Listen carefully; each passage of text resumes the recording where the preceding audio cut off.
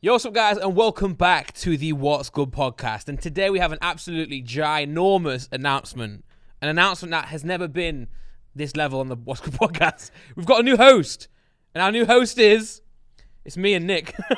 Let's go. As you can see, we've got a camera on Nick today because Simon, unfortunately, is not very well. So Simon's not very well today. Couldn't make it to the podcast. We did have two guests lined up, actually. There was going to be a foursome on the podcast. For now, there was going to be there was going to be a foursome on the podcast. But the guests were more... Simon was the glue for those, all those guests. So we're going to reschedule that for a different day. But I thought... I'll come in and do a podcast on my own. We've got Nick there as well to, bounce ideas off. And I thought that'd be really good because we spoke about doing it when Simon had COVID because he might not have, if he was really ill, then he'd have been out for a while. But thankfully, he wasn't too bad with COVID. So I thought, you know what, let's jump in and do this. There's no John today. He's here, but he's not doing the camera because he himself is not very well because he drank too much at KSI's after party and made an absolute fool of himself.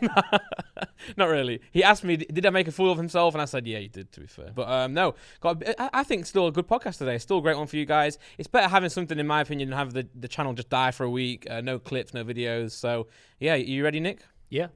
Nice. How's your voice sound? Can you hear yourself? I can. It's weird. Damn. Really weird. I don't like it. Yeah, I was trying to get some headphones so I can hear Nick as well, but it wouldn't reach. So anyway, the first big topic we're going to speak about today is KSI. Well, actually, hold on first.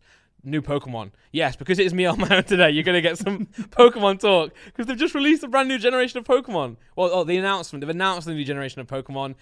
This year, 2022, there's a whole new generation, number 9 in the installments, Generation 9, Scarlet and Violet, which actually, by the way, spoiler, you've heard it here first, Laura said those two names were in her top 5 baby names, so now she can't use them. We still could use them, but I don't think I can call my baby after, Pokemon generation, especially if it was Sword or Shield.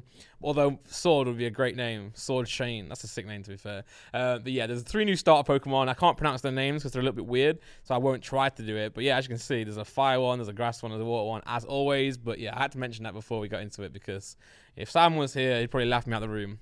Anyway, KSI's Wembley Arena show has happened. We went to it on Friday night. It was unreal. I was very obviously I performed there as well, so it was a big moment for me too. But it's JJ's show. I was lucky enough to be brought out. I was lucky enough to perform Beerus and Red Alert with him, which is honestly like a dream come true. But it's not about me. It's about JJ.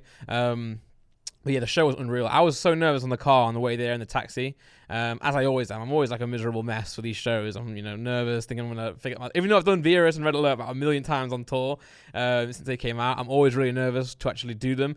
But I arrived to the venue, to the arena. SX has been supporting JJ throughout his entire tour, so he's actually doing his full set before JJ, like a support act, and also obviously SX is involved in the main show as well. But as soon as I walked into the arena, I saw SX. I was backstage, where all the sound guys are and all the camera guys are, and I walked onto the stage, and it was just, walked next to the stage, and it was just unreal. Like, everyone had their lights up because SX told everyone to get their phone lights out and shine the lights everywhere. It was unreal. It was so good, man. And in that moment there, my nerves went away, and it just turned into pure excitement just to realize the magnitude of the event. Like, KSI has got an arena show. I think there was like 12,500 people there, which is just mind-blowing. Like, we've performed at big shows before, like festivals, etc. that have got, 50,000 people there. But it feels different this time because it's his audience, do you know what I'm saying? So obviously, even though it's still his audience at the Reading and Leeds and Parklife, etc., there are still other people who maybe are a little bit skeptical, who just want to be there for the main event, the main stage at those festivals. Whereas this show here, everyone has gone to see KSI and everyone is there to support him. So it just felt amazing, and you could just feel the energy as soon as I walked in, and my nerves just went, and it turned into excitement just because of the realization of the magnitude of the event started to sink in. It was just incredible. So at that point then, I was really excited. Went backstage to see him, and he was just gassed as well. He's getting his outfit changes ready, because obviously when you do an arena show, you got to change your outfit. You can't just turn up like I turn up for these shows in a hoodie and then perform and leave. You got to change your outfit, And that's got a few different technical things to, get over, because you've got mics, right? So you've got your mics on, because he's obviously shooting a documentary and shooting other things behind the scenes stuff. So he's got like 3 mics on under his clothing, and then he's got the mic that he has to perform in. So you got to change your outfit with that there as well. But his energy before the show was just amazing, and you can tell that he like revels in these events. He was born to do this. He's a born performer, and it's so amazing for him to see like his stage presence from when he first started. Because I remember I was there at the very first tour that we ever did. In fact, this was the first tour that I was not not actually there every show for, which is a big moment as well. But I had my own things going on as well. I went to Nottingham though. Nottingham was great, and then we did the London show. But yeah, he's been doing this from the start. Did you see any of the Sidemen up on the sides or anything? Yeah, I saw the Sidemen. Yeah, so the Sidemen were watching us. They were on the right. Because I knew that before. Because I always said to the guys, I was like, when I've done my songs, because luckily I was early. I think I was the first guest, so I was early, so I could get out there. They always say save the best till last, but I think they say save the best till first. But yeah, no, yeah, I was like, after my verse, I'm gonna definitely go and sit with the guys and actually watch the show, because most shows you just see, from the side of the stage, but I didn't want that. I wanted to see it as an actual, because I'm a fan of KSI as well. You got to remember, I've been a massive fan of whatever JJ's done, and I don't want to always be like watching from the side, so I wanted to get into the crowd and be a part of that. So I saw the guys at Sidemen there, and I think Ethan was saying to me that during one part of the song, when I went over to them and waved at them, I went, yeah, like this. he was just laughing at that. But yeah, no, it was great to see them. Because Red Alert as well is a song that's more like, it's like it's about family. It's that type of thing. You got friends and you got family, but friends can be your family. So that's why when we was performing that song, I kept waving to the guys, because they are the family. But yeah, it was a great show, great event. It's just amazing. It just felt so good. And there were so many special guests at the show as well. You had myself. I'm going to read the list out now. We've got a track list as well, a set list. So we had SX, of course. We had Craig David, by the way, ladies and gentlemen. Craig David that was there to perform his song with JJ, but also he performed 7 days. So when JJ did one of his outfit changes, they had Craig David perform, which is just unreal. Imagine being like 13, 14 years old and JJ just living life, not knowing that one day he's going to be performing not only with Craig David, but Craig David is going to be performing one of his biggest songs at your show. Unreal. We had Anne-Marie, of course, who can forget, Swarms, Simba, Dino, Nathan Dorr, P-Money, and then myself. I don't think I missed any out there. If I did, I apologize. But no, it's just great vibes overall, and it was like what it seems like the finale, if that makes sense, of everything that JJ's been working for and towards, but you just know that it's not. It's not, because he's got so much more in his chamber, in his locker. This is just a start, in my opinion. We're gonna see him do Wembley Stadium next. This was the arena. We've got the stadium next with 80,000 people. And yeah, he did Down Like That 5 times in a row. Yeah, Down Like That just happened again and again and again and again. And everyone was having a good time. Everyone was having a great time. It was a really nice part of it's just a really nice event. There was an after party as well in the bar in the venue, so we went to that. That's where John drank a bit too much, alcohol. Simon didn't, I don't think. Simon's not here today because he's hungover, unlike John. But he brought a Lamborghini on stage. He literally brought a Lamborghini on stage. And shout out to everyone who was involved in making this happen as well. I know a lot of people behind the scenes, a lot of members of JJ's team. I won't mention them in case they don't want to be mentioned. But yeah, they worked tirelessly for this event. You should see they looked worn out. They looked knackered.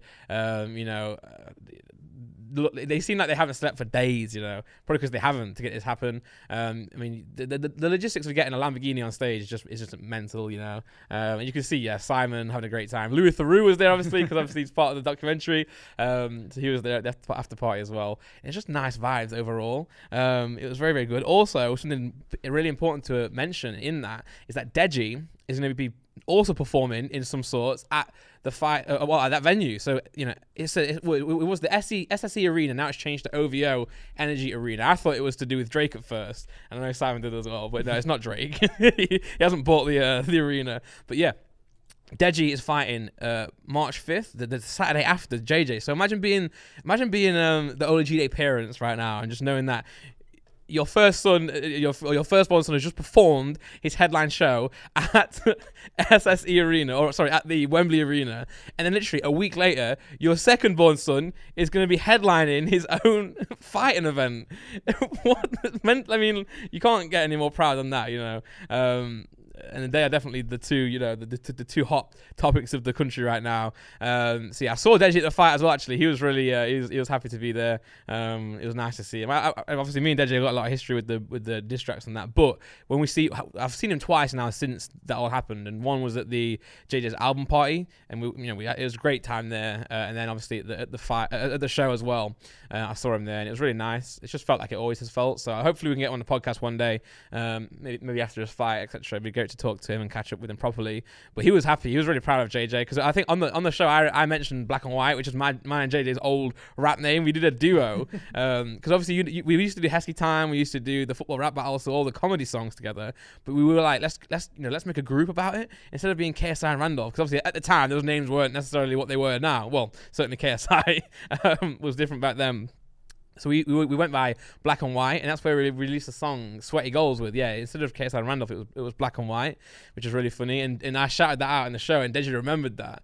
And then Deji said to JJ, I was like, oh, I remember we used to play with toys together, man. And I was like, wait, you're going too far back now. You know, you got to say, I remember when we used to play games together or when we used to film together. You can't go back to the toys days because no one knew back then. It's like saying, you know, oh man, back when, you know, I don't know, me and Obama used to play with toys back in the day. I knew he was going to turn out to be the president. You can't say that. But yes, we've got Deji's fight coming up the week after. And in fact, at the time of recording this, it's 6 days, 3 hours, 8 minutes, and 55 seconds to go. So I thought I'd do a little bit of a final prediction. Obviously, maybe Simon can give his predictions as well, and we'll overdub it on the video here or something. But I'll give my predictions. Is that the full card, Nick? Yeah, do you want to start at the bottom? Let's start at the bottom, yeah.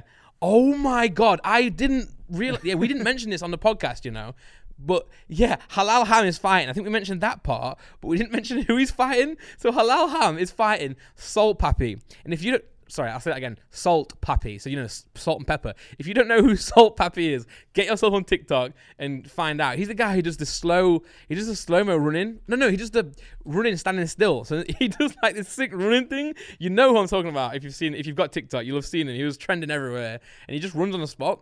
Yeah, he's so sick. But recently he did a video where he, instead of pouring salt on his Nando's or on his food, he like drops it into his hands and like shakes it into this his face that he does. So everyone started dubbing him the Salt Pappy. And he's fighting Halal Ham. Now, obviously, he lives in the UK, but apparently he's American. I was told he was American, but I'm not actually too sure. But I have to say, I've spoke with Halal Ham a bit in the past. He was a great guy, but I have to go with Salt Pappy. I can't say salt. How do you say salt, Nick? Salt. Yeah, I'm not like that. I don't say salt. Right, whack us back onto the tier list. Let's go other fight. Let's do this. Right, so I'm going. These are the official Randolph, official What's Good predictions. Simon's got no say in this, so it's me versus the world. I'm gonna go Salt Pappy to win. Salt Pappy. I can't say this guy's name. Salt Pappy to win. He's gonna beat Halal Ham. It's gonna be a good fight. It's gonna be a close fight. But yeah, I'm going for. I mean, to be fair, Halal Ham's been training quite well. He looks quite good, but I'm still going for my guy Pappy. Right, so that's my first prediction. Salt Pappy to win. Stromedy versus Austin Springs. Now, I don't know if I know who Austin Springs is, so I'm going to go with Stromedy because I know him from that video where he was chatting to Austin McBroom, right? No, it was... Was it Bryce? Bryce, yeah, Bryce Hall. Bryce Hall, that's the one. Right, so I'm going to Stromedy. So yeah, Salt Pappy, Stromedy to win. Next one, we've got Ashley Kane versus Andreas Eskander. I don't know who they are, so I'll go UK. I'm guessing that's Ashley Kane, the UK. Yeah, there we go. So he's going to win. Next, we've got Ryan Taylor versus DK Money. Ryan Taylor, the BMX guy, right? I'm pretty sure that's the guy who JJ did his video with, where JJ that video where JJ just falls off the bike. Yeah, Ryan Taylor to win that one. Easy claps. I mean, obviously, Arms Corley. Yeah, I got to go for Arms, man. Versus Mini Con. Is that Constantine? Constantine New Baby Alert? Although I do like that pink hair, though. That pink hair. Is that a hair or is it a hat? Or like a do-rag? What is that? Okay. It looks like, from where I'm sat, it looks like a pink wig. But yeah, I'm sorry, Minicon. No, I'm going for Arms for that one. What's the next one, Nick? Sorry, I got that. Oh, this is the bike. Yeah, here we go. Look at this. JJ riding down. I did a reaction on my new Randy reaction channel recently. This was the first clip on one of the Sidemen moments. So good. So good. But yeah, let's go. What's the next? We got, I think, Vitaly I can see. Vitaly versus Christian Hamby. Oh, yeah, we spoke about this last time, didn't we? Oh, Christian Hamby versus Vitaly. I mean, I'm pretty sure Vitaly is on every drug known to man. So I don't know how this fight has even happened. He's definitely not supposed to pass the drug test. There's no way he has. But I have to say, I'd go for him because he looks like a unit these days because of the drugs. But they often say, don't they, the more jacked you are, the harder it is to actually fight because, you know, you slow down a lot. It takes a lot of energy out of you when you're throwing these punches with these big guns that they've got. I've also got big guns. Okay, right. I want Christian to win, obviously, for the UK, but I'm going to predict Vitaly to win that one. And we've got King Kenny versus FaZe Temper. Now, hot off the press. I'm not sure if you guys saw TikTok recently, but Temper missed his flight. He missed his flight, but it doesn't mean he's not going to make the fight, because obviously, as we all know, I'm pretty sure there's more than one flight per week to the UK from America. So I think he's going to be all right. But this is the co-main event. It was so funny because in the video, the TikTok video, he was like, "Oh, sorry guys, I missed my flight, but check out this cool mini pipe I put in my warehouse, like a little like a skating ramp." So I think for that reason, I don't think he's been focusing on his fight necessarily. If you're getting gassed about like a little half pipe you put in your warehouse, you're not training. Whereas I briefly saw King Kenny at the show. He looks good. I think him and Deji seem to be in the right mindset, which is very, very good. But yeah, I'm going to go King Kenny for the win on the co-main event. UK all the way, baby, apart from Vitaly, I guess, and Salt Pappy, if he is American. I'm not sure. He lives in the UK, though. And then we've got Deji, Alex Wassabi. Now, obviously, I want Deji to win. No questions asked. I want Deji to beat Alex Wassabi. But this is a prediction. Who do I think's going to win? And you know what? I do think Deji's going to win. I'm going to give it to Deji because I feel like this time around, I know he's had many fights. He's not necessarily performed at the level that we want him to perform or the level we maybe have expected him to perform. I know we keep saying that this time he's fitter this time, he's stronger this, but he does look fitter this time. He looks fitter. He looks like he's in the right mindset. Obviously, I was with the whole team when he fought Jake Paul, and he wasn't in the right mindset then. I literally would admit that, and he will as well. You just tell, we were all there. As I guess I was there to film JJ and his fights and just I guess be there to be like a friend type thing. Then you had like Vidal, Leon there to train, and obviously Deji's there as well. But it's just different now because back then he was one of us. He was one of the gang, one of the entourage of JJ rather than the entourage of yourself. He wasn't in the right mindset. Whereas this time, when I saw him at the fight briefly, and you just see him on his clips and his videos, he seems like he's in the right mindset now. And mindset's the hardest thing to get into when you go into a fight like this. That's why I've never fought, because I can't get into that mindset. Because I don't care enough. I don't care about fighting the other person enough. I don't care about. You have to find me someone who I really, really, really hate for me to actually get in the mindset. It's not easy. It's hard. I think getting your mind into something is the hardest thing you can do. Harder than the actual exercise or preparation itself. It's actually harder to get your mind right. I think Deji's done that now. He's in the right mindset, in the right mind space. So I think Deji's got this one. Let's hope, let's pray that he's going to win this one, but I think he's going to deliver the goods. So yeah, that's my prediction. So to summarize, we had Salt Puppy, Stromedy, Ashley Kane, Ryan Taylor, Arms Corleone, which is a great name, by the way. What a great name that is. Vitaly, that's the only time where I've predicted the American to win. Then King Kenny and Deji. A very biased prediction, very one-sided prediction, but why not? Team UK.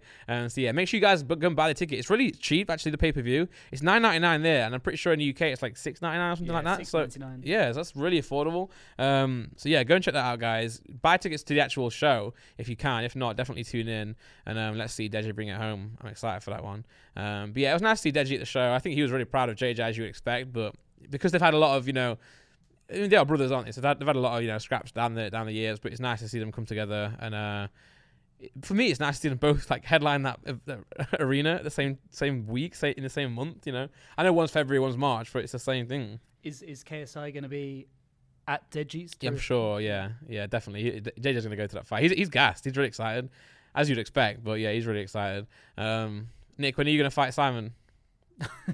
I wouldn't be able to reach him. He'd just hold his hand on me. You got JJ and Deji headlining the Wembley Arena. I'll fight Simon if JJ agrees to fight me afterwards. Wow. Okay. No. Okay. Or no, you have to fight someone. You have to headline. What can we find? We can find a smaller venue, the Copper Box.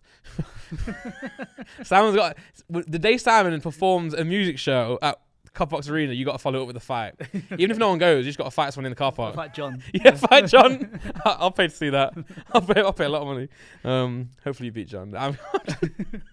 Right, so we got that. Yeah, let's go. Right, the next thing I want to talk about today, it might be a shorter podcast. Obviously, there's no necessarily Simon here to kind of hold my hand through the topics. So the next thing we're going to talk about is the Sidemen Sunday, guys. There's a Sidemen Sunday coming up. No, it's already out. So yeah, it's already out. It's coming up while I'm filming this because for some reason we're filming on a Sunday today. I think because they've got shoots planned this week. That's why Simon couldn't make it as well, because we had he's ill today. We couldn't reschedule any other day next week. Usually we can. So if someone's ill, we just do the next day or the day after. But this time it was very, very tight, so we could only do Sunday. And So yeah, the video that's been posted in a couple of hours as I'm recording this, or last week for you guys. If you haven't seen it, make sure you go and watch it. This is a spoiler warning, spoiler alert right now. I'm not sure the title because I'll give you my interpretation of this video, right? But it's something like a mukbang on a bus, right? They had a mukbang on a bus, and there's loads of different activities entailing. But I was just at home the night before, chatting away to people, just doing my thing, recording, streaming, blah blah blah. And then Josh texted me saying, "Are you free tomorrow at 4:00 for a Sidemen video?" And I was like, "Of course, I'm always down to be in a Sidemen video. Why not? You guys are my daddies, I'll do anything for you lot." Yeah, especially if you touch me like that, Josh. But yeah, so it was. But he didn't tell me any details. He just said, I said, "Where is it and when?" He said 4:00 and meet us here. And he put like an address into WhatsApp. And immediately I saw it as, you'll see in the video towards the end, I'm sure. Or it might be on Side Plus, actually. I'm not sure where that clip's going. But it's Nick, can you try and find a picture of it? It's those things in London where everyone sits on a bike. You pedal together. Yeah. It's called Pedalo or something. I'm not sure. It's Peddy Bar. I think it's called that. Yeah, Peddy Bar. So we were, and I thought the whole video was just that because I didn't know anything else, any other details. And coincidentally, that day was one of the busiest days for me ever in life. I literally remember it as one of my busiest ever days. I think I woke up. My goal was to film some reaction videos at 9 a.m. Right, so I got up at 8. Got ready and everything. It got to 9 a.m. Then we had to sort some ACE stuff out for 8th graders. So I think I was helping design some labels for the new ACE labels. Then we were sorting this out, sorting that. So obviously I can't go into what we were doing because that's our work. But we were doing a bunch of different things, and it's also boring. We were doing a bunch of different work things. I was doing spreadsheets. I was doing like FAQ sections, a bunch of different stuff that we had to get ready. Then I was filming my Pokemon video. Then I was making my thumbnail for a Pokemon video. Then it got to 3:30, and I thought, crap, I better leave now to go to Sidemen filming. So I've already been stressed. So I rushed to the location where they told me to go. Next minute, I see this big bus arrive, so I knew that's a very fancy bus. That's where I'm supposed to be going. Walk towards that, and John's like pointing at me, saying, "Get down, get down." I'm thinking, what's John on about? I have no idea what's going on here.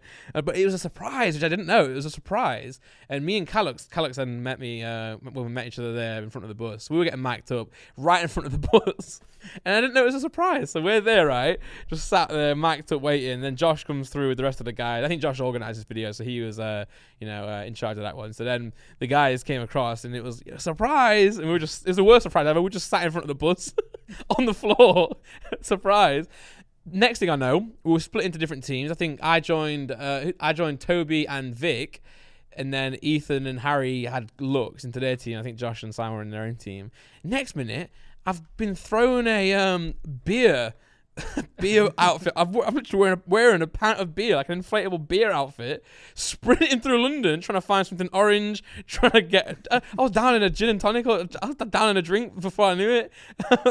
Patting a keyring, running. We were sprinting around London. I'm thinking, what's going on? I've had the worst day. I've had the most stressful day ever. Now I'm in a Sidemen video, sprinting around London wearing a beer outfit. So that was just like, for me, going from just 100 mile an hour to 200 mile an hour real quick and unexpectedly. But it was so funny though. It was jokes. Make sure you guys are going to check that video out. And then to top it off, I think it was like they were doing a mukbang, and then we were on the video towards the end, me and Callux. I think Freezy was ill that day, so he couldn't make it, unfortunately.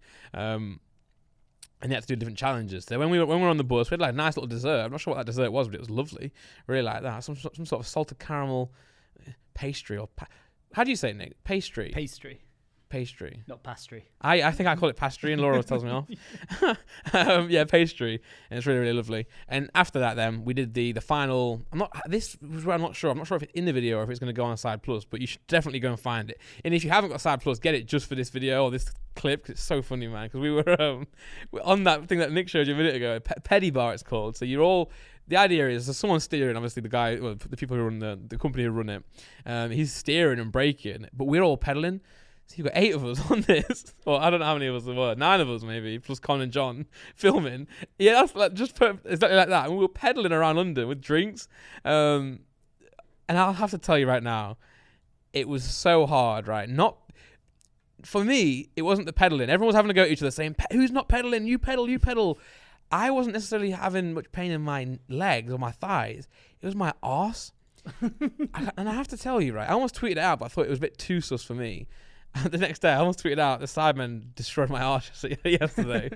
But I refrained from doing that. Yeah, they literally, obviously I'm a big man now, right? The seats for the thing are so small. It's actually a bike seat. It's just going up my arse, man. It's just aching so much. Every time I pedal, I was getting like probed. I couldn't do it. I literally couldn't do it, man. It's in so much pain. And Ethan was like, "Randy, pedal." I was like, "I can't." But no, it was a lot of fun. We were playing some music, playing some unreleased music, some new. I've been working on some music, coming soon. Not necessarily just for me, but a few bits for maybe Josh, a few bits for me and Simon's new music. So I've been excited. I've been really enjoying that. So we were playing a few tracks there. I think Toby played an unreleased song as well, which is not going in the video. That's not making the video, but I'm just going to say it sounded fire, so looking forward for that one coming out. But yeah, I was drinking. They had no alcohol on the petty bar, so I just took whatever I could off the bus. So I had a white wine bottle and a Nick, what is it? Not Schlur, that's the non-alcoholic one. Not what's schnapps? Yes, peach schnapps. It wasn't peach, and it wasn't that. It was green sours. Oh, apple sours. Apple sours, right? But I thought apple sours was just you drink it straight, and I didn't think it was like a. Yeah, I thought you just drink it straight. I thought that's all like Wicked WKD. I thought it was like that, so I poured a pint glass of sours. So I was just drinking the entire glass of sours. So I was gone. I got back home with Side is now in range of my flat, so I was just at home drunk with Laura. We and Laura had an argument before I went as well, so I was like, she's definitely gonna be mad at me walking home drunk. She's like, don't come near me if you're drunk. But no, that was fine. We had some sides, and it was all fine at the end of the day. But make sure you check that video out because it's absolutely insane. And I wanted to let you guys know that because my angle of that video was just pure mayhem because I just arrived and it was nice. Me and Lux were just chilling, just chatting. There you go. You see me and Callux just chilling there. Amazing. Next thing you know, I'm wearing, and Callux got a great deal, because Ethan and Harry were wearing suits. They were like businessmen or something, and I had to wear a flipping pint thing, and I couldn't even fit in the one they wanted me to wear. I think Vic was wearing the pint one, and they wanted me to wear a hot dog or something. I was like, I'm not getting that big. I can't fit in. I literally can't fit my body in that one. So I had the pint, and that barely fit either. So yeah, that was just a stressful video, but it was so good. I always feel like the best Sidemen videos are the most stressful ones because that's what you get. You get the mayhem, you get the different angles, the different perspectives. So yeah, that's the Sidemen Sunday. Simon, obviously, KSI was not in that one. You'll have known because he's too famous now, performing at Wembley, performing at all these different areas. But yeah, me and Lux did our best to fill in for the KSI, which is not a fair replacement. But also, actually, shout out to Callux. Callux dropped a video yesterday. Whew, bang! It's on like 1.5 million views already, and that's the one that we told him to do. I'm sure he would have had the idea anyway, but me and Simon recommended he did that video on the What's Good podcast. So we therefore deserve 30% of the ad revenue. Thank you, Callux, and we also deserve 80% of your shareholding in No Two Ways. By the way, just that's how things that's how things work. But yes, he went on the second date. So he went on the second date. Yes, I went on a second date with the Sidemen 20 versus 1 girl. So the girl who sat on his face, he went on a second date with. And they just chatted together, had like a little wine and dine, start of the date, doing some questions. And then they moved on to, I think, Top Golf type thing or a driving range. Which was jokes as well, and they smashed the thumbnail as well. So yeah, shout out to Lux for doing that. Go and check the video out. Also, his shoes just dropped. I believe they dropped on Monday. So by the time this podcast's out, they're already out, and definitely they've already sold out because Lux is the man of the moment. He's the hot topic, and he's building an incredible brand with No Two Ways. So yeah, shout out to him. Shout out to that video as well. And yeah, great execution. Hopefully one day I can get a video that gets 1 million views again. The only way I can get 1 million views now is if I just use my baby. Randolph named his baby after Pokemon. That's my next video coming soon. Yeah, so I also want to take this time while we're talking about Sidemen. I thought, what can I bring to the podcast if Simon's not here? What can I do on my own? Because he was like, surely you can't do this on your own. And I was a little bit I was worried that he was saying that's an awful idea for the channel, and maybe this will never go out. Maybe we'll have to make our own like what's good plus, which you can pay for it. No, I'm kidding. But yeah, maybe this is like a bonus episode. I don't know. We thought let's film something. John and Nick are here anyway to film and to provide content. So I was like, let's just get it done. If it's good, we'll post it. If not, then I don't know. We'll figure something out. But anyway, so I'm comfortable to do it on my own because I can waffle. But if you guys are not enjoying this, then feel free to leave. No, I'm kidding. Come back, please. Leave a like on the video, subscribe to the channel as always. Comment down below, help the algorithm for this one. But I thought, what can I bring to the podcast that's different if Simon's not here?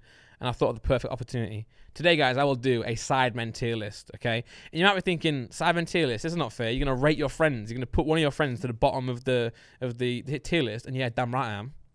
But I thought, let's not do this based on who I like the most or who I think's the best. I'm going to do this on this is the tier list on the Sidemen that I would love to run away with and marry and live the rest of my life with. That's what I'm basing this off, okay? So it's not just looks, by the way, because no, I'm not that shallow. It's personality or who I think would make a a great partner to live this life with. So here we go. I'm gonna go from bottom to top. Are there actually 8? There's 7. There are 7 there. Yeah. Oh, so there are 7 tiers and obviously 7 Sidemen. So did you make this, Nick? No, I wish. I stole it straight away. Because that is smart, That is smart. Right. Bottom. Let's start at the bottom. Now, obviously, for many different reasons, Simon is my least favourite Sideman, or the Sideman I would least like to spend the rest of my life with. Why, you ask? Well, because it's the easy option. I don't want to put anyone bottom. The only person I can put bottom is the person who's on this podcast. So anyway, for what it's worth, I reckon Simon and myself would have a great life together. Play Pokemon together, watch football. Yeah, we have a great life. If you're Simon, if you're down, let me know. I'm available, really. Yeah. Right. So wait, Nick, can you just slide it to the left a bit, or to the right? Sorry, I can't see because the camera's on. Because the camera's on me today. All I can see is the camera. There we go. A bit more actually. Thank you. Yeah. Right. So Simon. So who next? Okay. Who next? Right. JJ. To be fair, JJ I think would make an awful partner in life for me. Naturally, we make music together. We make good music together. Me and JJ always laugh a lot, so actually it'd be all right. I think I would get mad at him a lot though. Like it'd never be home. It'd always be out and about. His head would get turned in the relationship because he's so famous. I'm not sure if I can deal with that type of pressure in a relationship. You'd be getting jealous of Craig David. Yeah, Craig David. I'd be definitely jealous of Craig David. I don't know if I could trust him because he's so popular and he's so famous. Right, we'll come back to JJ. Vic. I think Vic would be a great partner in life. Very smart, very sensible. Got a lot of business acumen about him. I reckon we'd start a nice couple of businesses together. He'd keep me up to date on world politics, which I have no idea about. So he'd be great on that basis. I think that Toby would be Toby. I'm trying to think of me and Toby living together in a life full of lust. That's so sus. Nah. Now me and Toby would get on again, make music together. We me and Toby every morning would wake up and do Wordle together. I feel like me and Toby both appreciate words. Obviously, he's like a absolute god with just wordplay and all that stuff. And obviously, I like to write music as well. I think me and Toby would get along very well.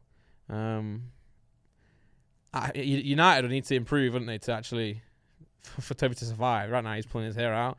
Harry. Me and Harry get on really, really well. We have a great time together. A lot of fun memories to be had. But he's an adventurer, and I'm not necessarily as much of an adventurer than he is. So I feel like he'd be out all the time. If he's out all the time, who's he with? Who's he spending his time? I don't know. I can't keep track of him. So, Josh. I think Josh. Yeah, me and Josh would be a great fit. Actually, me and Josh would be a great fit. Because he's good at role playing. So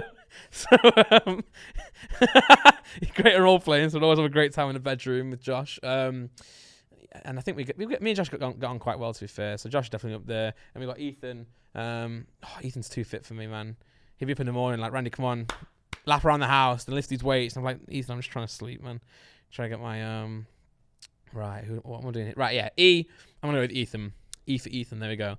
Yeah. So I think Again, me and him have a great time, but he's a West Ham fan. I don't really have much affiliation with West Ham, apart from Mikel Antonio, who's my god. So let's go. But yeah, I can't keep up with the fitness, so I have to put Ethan in the E tier there. And again, just to repeat, guys, this is not who I like the most in the Sidemen. This is purely who I think I could spend my rest of my life with, in a relationship. And then Harry. Yeah, whack Harry in D, I think. Yeah, Harry's the next one. Because again, like I said, he's just going to be out and about too much. He'll wake me up like, Randy, let's go wakeboarding. I'm like, no, man. I'm trying to catch Pokemon. I'm trying to catch Pokemon in my VR world right now, mate. Go away. And he's like, no, let's roller skate around the house. No, Harry. But it would bring some good, great video content. Be able to do some sick free kicks in the back garden. Like, I like doing that. Next, I think Toby. I'm going to put Toby in there. I think Toby. No, actually, put Toby in B, then put Vic in C. Yeah, I think while Vic and I would have a great time, talking about the world affairs. I think I don't know. I feel like I'm not sure how. Yeah, I think the music aspect puts Toby up there. Just in a studio together, just spitting off bars. Then put JJ in A, again for that reason as well. And Actually, you know what? No. Put JJ goes with where Vic is. There we go. Vic goes into B. Toby goes into A. Actually, wow, Toby's done really well there. Congrats to, and Josh wins. Josh wins this because Josh is just. I think we fit really well together. We already get on quite well. Also, just for clarification, I think Simon would actually be A or ST if I didn't actually want to use him as fodder just to not upset anyone else.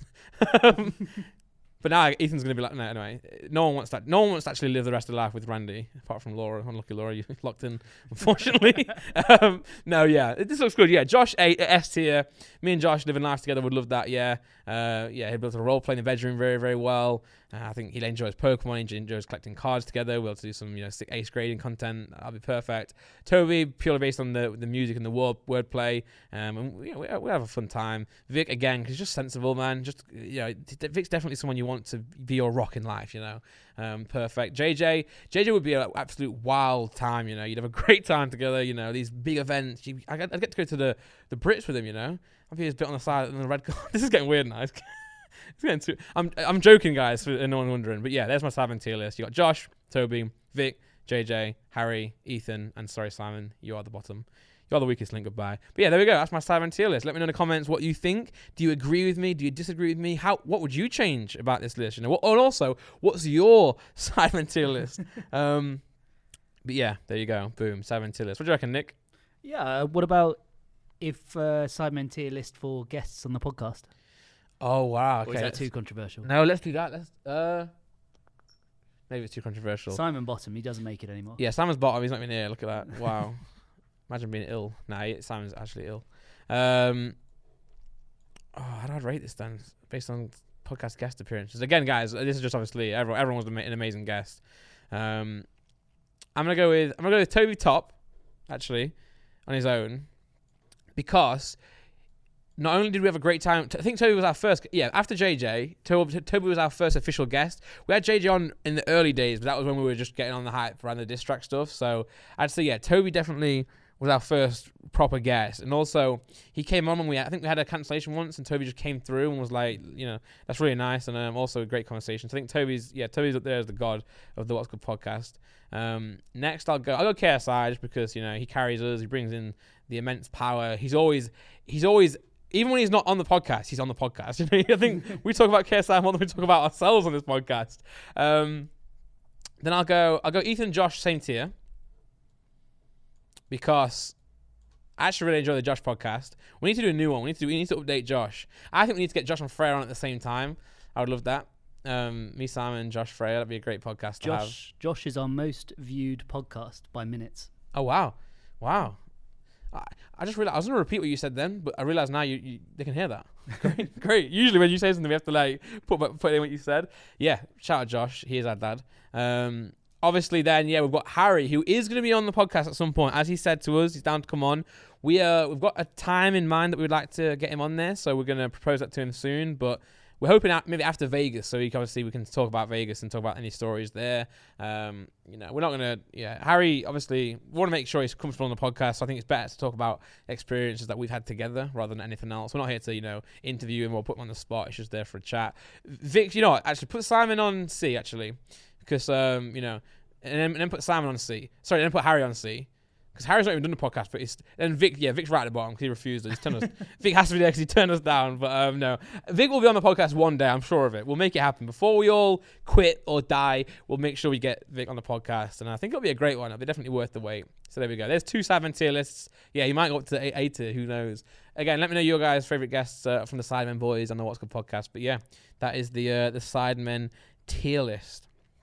Something I want to go into next. Actually, I've got a little coffee here. Let me drink this because I've not stopped talking the entire time.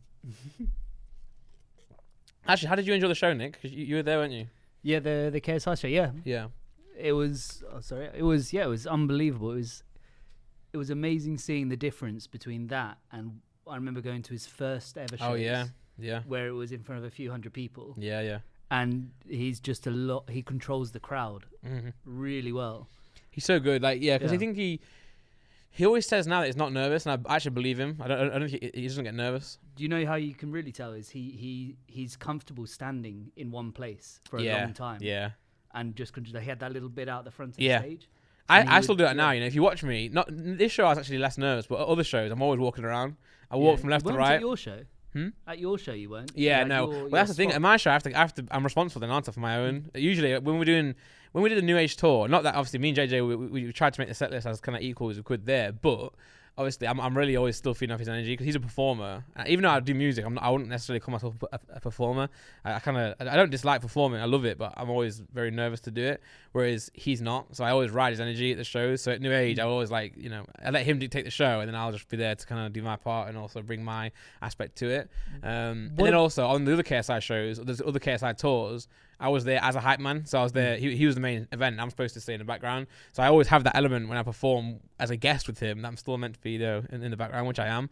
But yeah, his stage presence now is unreal. There was one bit where you two were almost singing or rapping to each other. Yeah, yeah. Like, looking into each other's eyes. Yeah.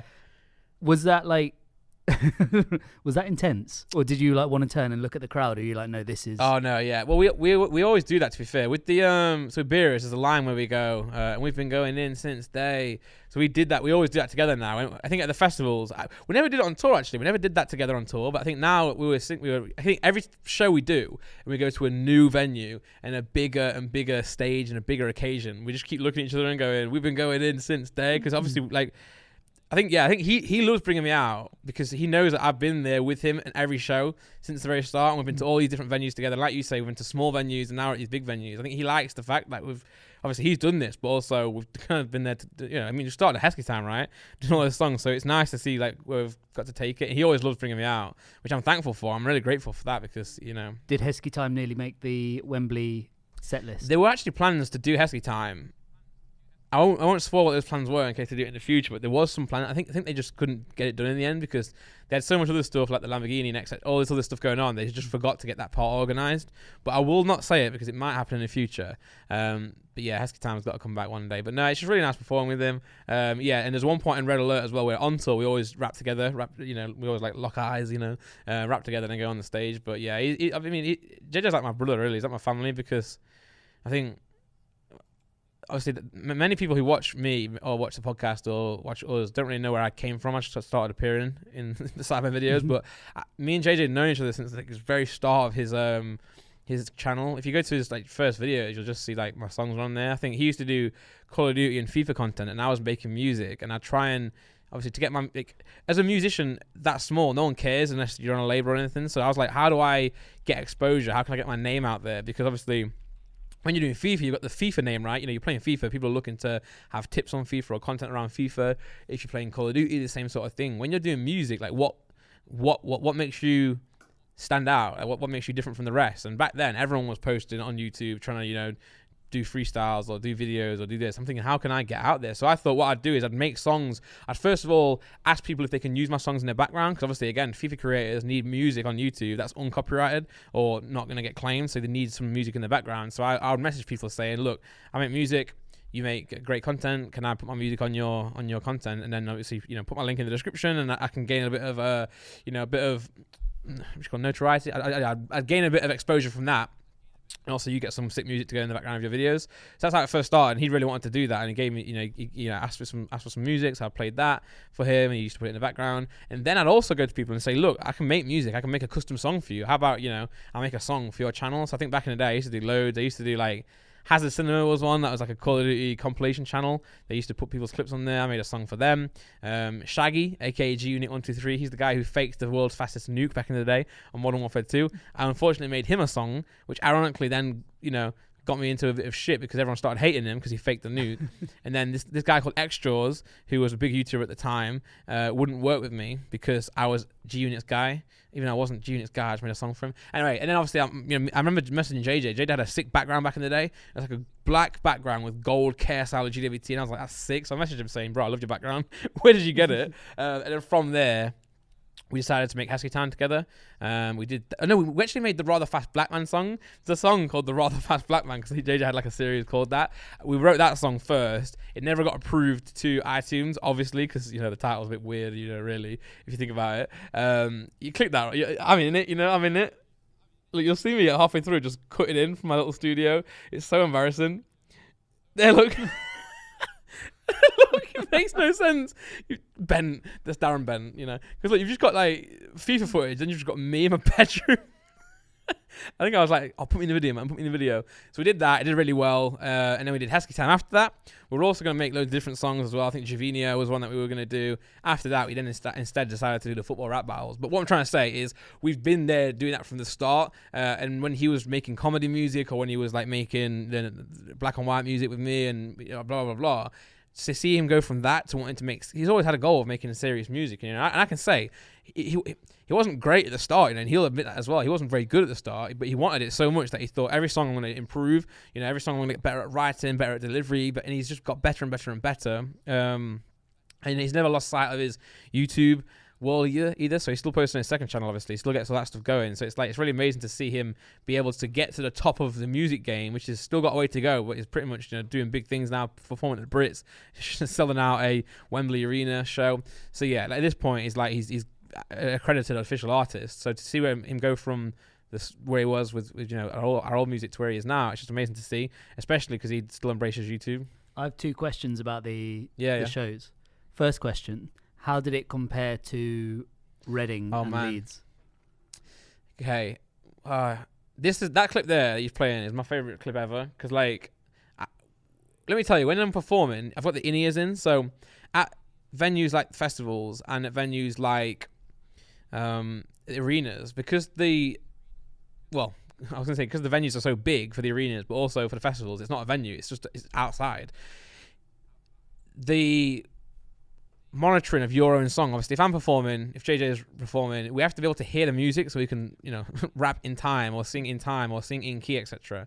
So to do that, you have speakers. So you'll see at many events in shows, you'll have the little speakers there to play the music towards you. But at festivals and at shows, they are so big and expansive that they have to delay it.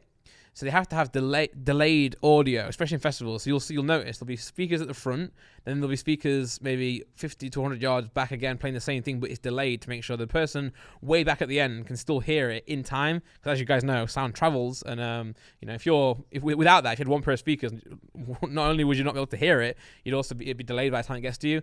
So imagine if we only had the crowd's audio. First of all, you wouldn't be able to hear anything because you just hear the crowd. Number two, it'd be delayed, you know, so it's really hard to sing in time. So you have these in-ears in, you know, and the way the in-ears work is they are molded to your ears. So you go to some sort of clinic and they literally shove, like, I'm not sure what it is, like something into your ear. You know when you go to get a brace and they do that with your teeth? It's like that. They shove this thing into your ear, let it set, they take it out, and they make the headphone perfect to your ear. So when you put it in, it's literally perfect into your ear. You can't hear anything. It's completely shut out. So what I will say, the reason I'm saying that, the big long backstory, is because at the festival you can't hear the crowd, and then that's what you'll always see at shows, that you see people take their in-ears out all the time because they want to hear the crowd. So that show there at the festival, everyone's like, oh, they were singing your name so much when you came out, and I was like, really? Let me see. And Simon, he filmed that and showed me, and I was like, I love that. I watch it all the time because I come through and everyone's like going crazy, and that's always sick for me because I've obviously always I'm not too confident with my music, so when I see people like enjoy me being there, I'll get really happy. But the same thing happened at the Wembley Arena. I couldn't hear anyone, but not only couldn't hear anyone, I couldn't hear the music. Now I don't know if the in-ears weren't working properly, if the signal was bad or something, or if I just had too much wax in my ear or something, but I couldn't hear myself. It was really bad. You'll see me on the show, I'm always pushing my in-ear in, trying to move it in a different angle, trying to touch the audio pack on the back that's tucked into my trousers to see if I can like get the wire to work properly. Because obviously I know Beerus all the time, so as long as I start on the right moment, I'll finish it because I just know it now so much. Whereas Red Alert, we haven't performed that in a long, long time. So when he told me that we were performing Red Alert, I was like, oh my God, no. I'm going to get it wrong. I'm going to forget my lyrics. So that's why for that song I was really panicking. But luckily everyone said that I did it fine, and I smashed it, so that's good. But yeah, how do they compare? I would say that Reading and Leeds was more of a, oh my God, what the hell is going on experience, because that is just such a massive crowd, such a big thing to be a part of. Whereas the KSI show at Wembley Arena was more of a like fulfilling one.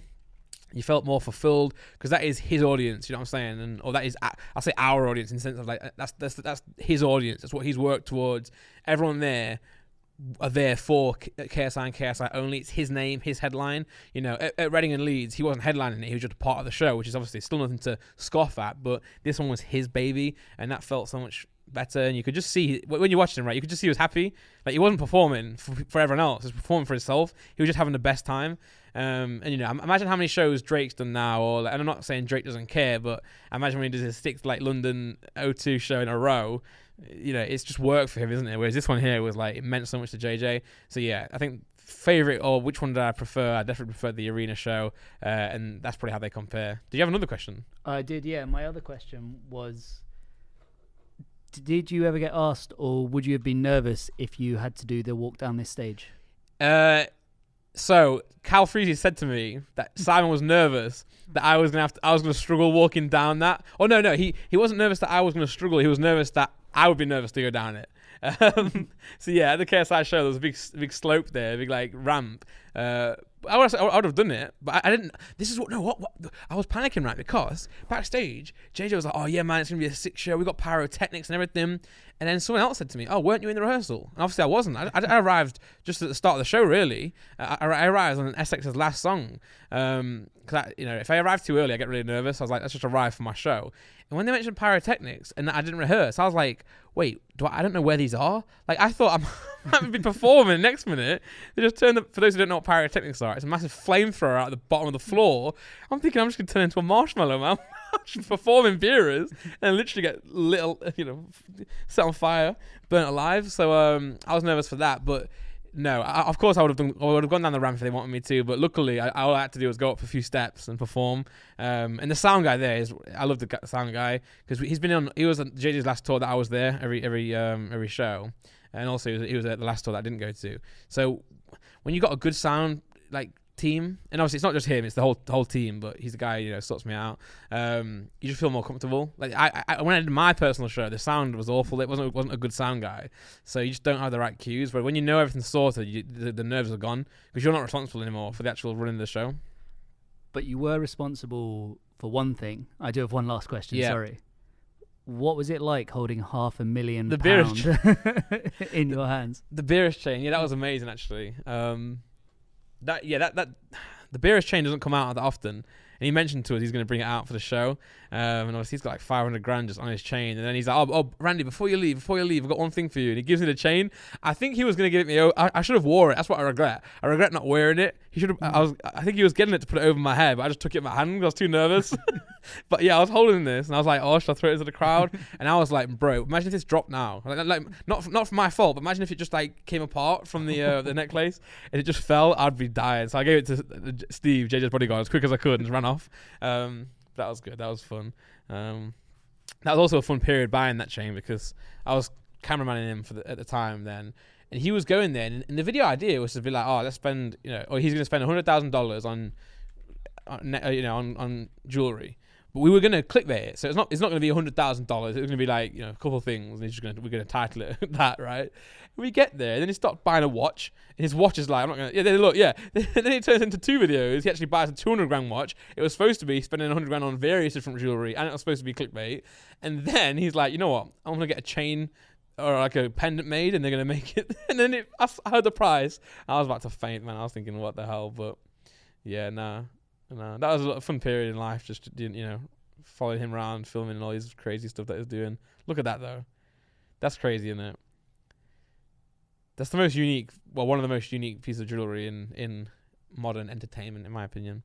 People always say that's a waste of money, but it's not. I don't think it is at all. Because number one, it'll hold its value, probably in pure just materials alone. But also the size JJ is now as well. Like someone out there one day he'll never sell it, but someone would love to buy that, wouldn't they? If you're a multi-millionaire KSI fan, you could own part of his, one of his prized possessions.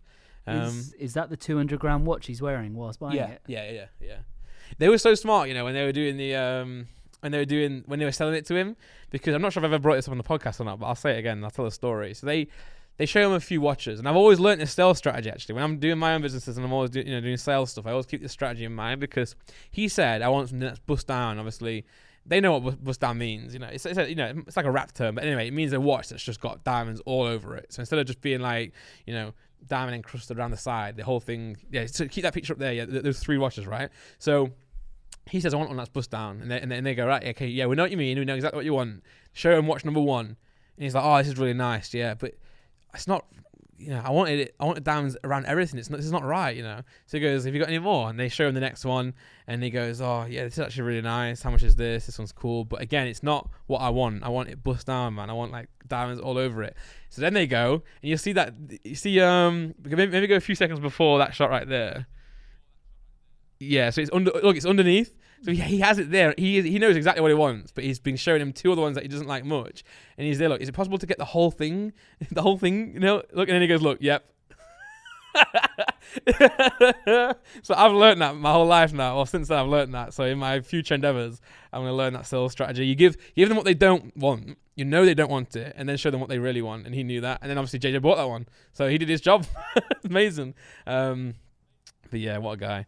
And again, JJ's just getting started, which leads me to my next point, actually. Prime. I don't have any with me right now, but Prime Energy. I want to say I've never seen in my life anyone ever get the response to like a product than Logan Paul and KSI have had. It's just unreal. Like, at the show, right? JJ's performing, and they just start shouting Prime, Prime, Prime, Prime.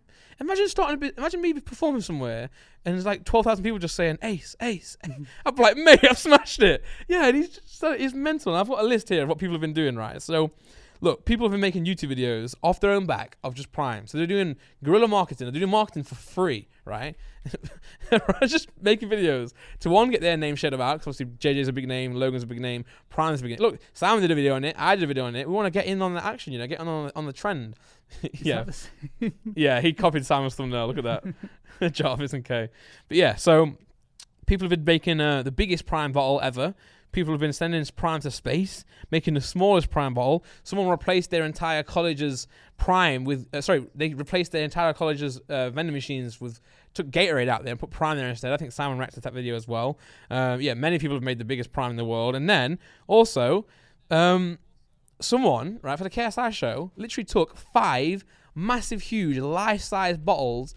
Sorry, not life-size, actually. Human-size, bigger than human-size, bottles of Prime... to KSI, and when I arrived to the venue, I thought or assumed that those bottles, in fact, if you go to JJ's, if you go to SX's Instagram, actually, you'll be able to find it, because SX posted a photo with them. I thought they were props for the show. I thought, JJ was going to perform, and the dancers were going to carry these big bottles of Prime around. The first picture there, Nick, on the carousel, if you go to the cross, yeah. Those massive Prime things, I thought they were props for the show. So you got dancers there with them all. No, someone from America flew these in on a regular flight. Imagine going to the front desk, right? And they're like, oh, any items, any luggage to check today, sir? And you're like, yeah, I've got 5 bottles of Prime, not small bottles of Prime, massive size bottles of Prime. So yeah, shout out to those guys. They filmed and vlogged that as well. And look, Logan and JJ have got this far in life by doing that, right? By creating this crazy content, and these people are doing it with them, which I think is really good as well. So they're out there just trying to make a name for themselves, making content around Prime, and it's also working to benefit Prime as well, because Prime are also getting mad promotion out of it, and that's what's really the whole YouTube space and the whole influencer space. I know people cringe at the word influencer and influencer marketing as a whole, but it's so powerful because people want to be involved in these brands. It's amazing to see. So yeah, I got to take some pointers for Ace and and try and emulate what they're doing, because it's just crazy. And shout out to them. And then next up, speaking of Prime, I'm not sure if you saw, Nick. I know you definitely did, John, because you're a dirty boy. But there was a porn star or an OnlyFans model. I'm not sure if porn star and OnlyFans model are the same thing these days. I don't know. Apologies if I just offended someone. But it's Astrid Wet. She's called Astrid Wet. She's on TikTok. She does OnlyFans, right? And she did a porn video with Prime. So she was, doing the act of what people do on porn. I'm not gonna spell it out, but it's sex, guys. She was like, "Oh, sorry, I can't continue. I need to hydrate." She pulled Prime across, and everyone was hating on her, and everyone was having a go, which is rightly so. But she knew what she was doing. She's doing what everyone else was doing. Instead of making the biggest Prime ever, what am I going to do with Prime? I'm going to make a porn video and put Prime in it. So fair enough, right? It was trending, etc. But moving on from that trend there, there you go. Look, it's obviously censored, but yeah, she goes and grabs Prime. And she washed her mouth with Prime. She's like, oh wow, I'm hydrated. Oh, by the way, just for full clarity, I didn't watch the whole video. I saw it on Twitter. I didn't go and research this, so I don't know all the topics, all the ins and outs. I don't use that word, friendly. I don't know all the ins and outs of that. But moving forward on from Astrid and Prime, I don't know if you guys have been, obviously, I'm a big fan of TikTok. Simon's on TikTok a lot as well. I actually got a TikTok deleted the other day, removed for community guidelines. I filmed it here. It had like 700k views as well. It's doing really well. What was it? It was a countdown, so it's like a filter where it counts down or a random number. And I put days until I fuck your mum on it, and it said 20. And I posted that. It's doing really well, and they took it down, man. But yeah. So anyway, TikTok has been taken by storm this week because if you know Astrid Wet, you might also know Simple Simon, Cal the Dragon, and then Simple Simon's daughter called Keely, right? So they did like an event, I guess you'd call it, a crossover event. When we hear crossover events, we think Endgame, we think Infinity War, etc. No, this was better than that. No, I'm kidding. This was they all got together to do live streams, I think it was. Now, I've not seen the live stream itself. I didn't watch their content, but instead, everyone just screen records it and clips it and posts it on TikTok in short formats. And let me tell you, what I've seen is just out of this world, right? And not necessarily in a good way. The first thing you get is just them all dancing around. And Cal the Dragon drinks Red Bull. His thing is to drink Red Bull. So when he has a few Red Bulls, he gets a bit crazy. So they're all dancing there, singing songs. And it is what it is. It's kind of interesting to them. Sorry. I say it's not interesting, but I can see why it's interesting, Then, though, you get these different instances where, like, they all go in a hot tub together. Now, keep in mind, it's like he's Cal the Dragon, Astrid Wet, Simple Simon, and then Keely, which is Simon's daughter. And like, keep in mind that a lot of the trend. Well, keep in mind that Astrid's literally an OnlyFans model / porn star, and she was the whole joke was that he and Astrid got together, or have been dating and stuff.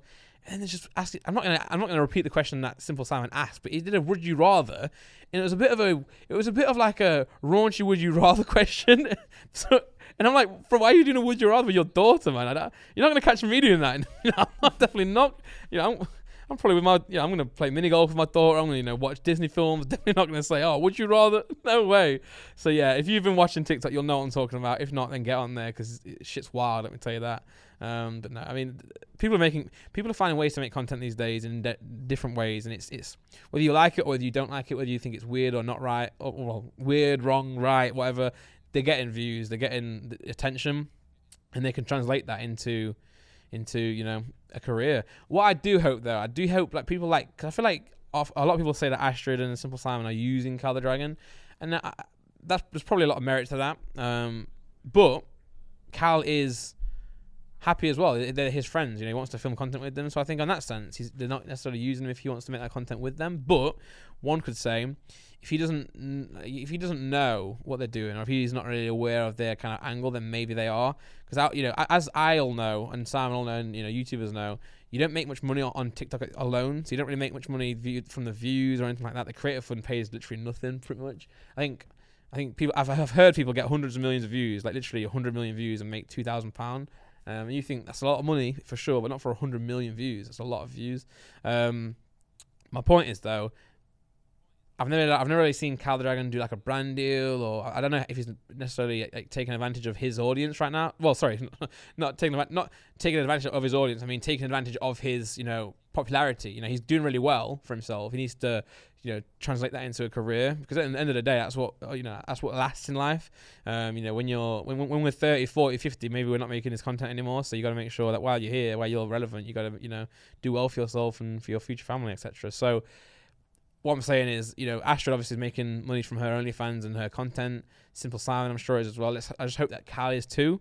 Maybe it is through gifts and donations on TikTok, but you hope that they're not getting the better end of the deal, because he's the name, right? He's the guy who got trending. He's the guy who was doing football in the back garden, cringy content, but people like that. I just hope that he's actually seeing a lot from it rather than just people around him. But yeah, that's that. And then the final topic I want to speak on, unless there's anything else that Nick wants to bring in a minute, is Kanye released Donda 2. Yeah, and obviously Donda was a great album. When I first heard it, I was a little bit, this is new style of music, I'm not really into this, but when I started to listen to it over and over again, it grew on me and actually started to deem it somewhat of a masterpiece. It's a very good album in my opinion.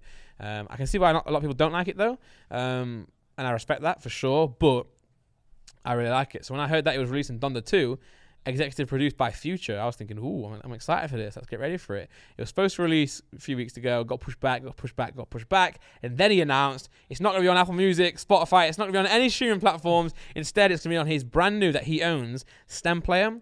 And for those who don't know what a Stem Player is, it's pretty much a little piece of music that you can put an aux in and play it through your speakers, but stems are what we know in the industry as the individual layers of a song, okay? So you have your vocal, track number 1, you have your ad-lib, track number 2, you have the chorus, track number 3, etc. You got the instruments, the guitar, the piano, the drums, the 808. What this essentially is a way where you can listen to music and you can control what you're listening to. You can control which stems you're hearing, so you can turn the guitar down, or you can turn the drums down, or you can turn the vocals down, so you can just have an instrumental or just an a cappella. Do what you want, which actually, in effect, is a really good idea. It's not necessarily the most technologically advanced item in the world, because it's just 4 channels playing different things. You can just turn on and off, and etc. But what I'm a little bit annoyed at is that you can only listen to it, Donda 2, on the Stem Player, so we can't hear it. Now, I'm sure there are some rips out there. I'm sure there's someone who took the live performance, the live stream down and played it themselves. But while I don't enjoy the amount of money Spotify pays to artists, in fact, it's just ridiculous. This is why Kanye is doing this, by the way. Same with Apple, same with YouTube, all these streaming platforms. They pay nothing. It's really it's not great to see, but at the same time, that is where people access music, So yes, you don't make as much as people used to do with the albums, and definitely the industry is changing. But that's where people hear your music. That's where you connect with your audience the most, and you wouldn't necessarily have the audience if they weren't accessible to you in those platforms. So I'm sure it'll come on there one day. I'm sure it'll pop on Spotify one day. But for now, it's only on Stem Player, so I haven't listened to it. I haven't even heard it. But let's look at the track list. We've got True Love with XXXTentacion, which is a great collaboration. I'm sure a lot of fans out there are interested and excited to listen to that song. We've got Don Toliver, Baby Keem and Migos, Travis Scott, Future, Jack Harlow, Future, Sean Leon. Wow, Sean Leon. I don't know him personally, but he's actually an artist that I used to listen to quite a lot. Wow, that's a good feature for him.